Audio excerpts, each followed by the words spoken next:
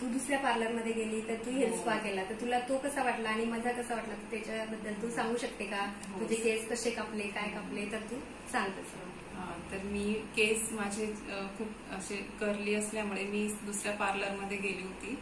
तर तिथे मला त्यांनी केरेटिनचं स्ट्रेटनिंग वगैरे केली. तर ते 2-3 महिने छान राहिले माझे केस, पण त्याच्यानंतर ते थोडे खराब व्हायला लागले, खूप गळायला लागले आणि मी काही पण लावलं तरी पण ते केस काही माझे व्यवस्थित होत नव्हते.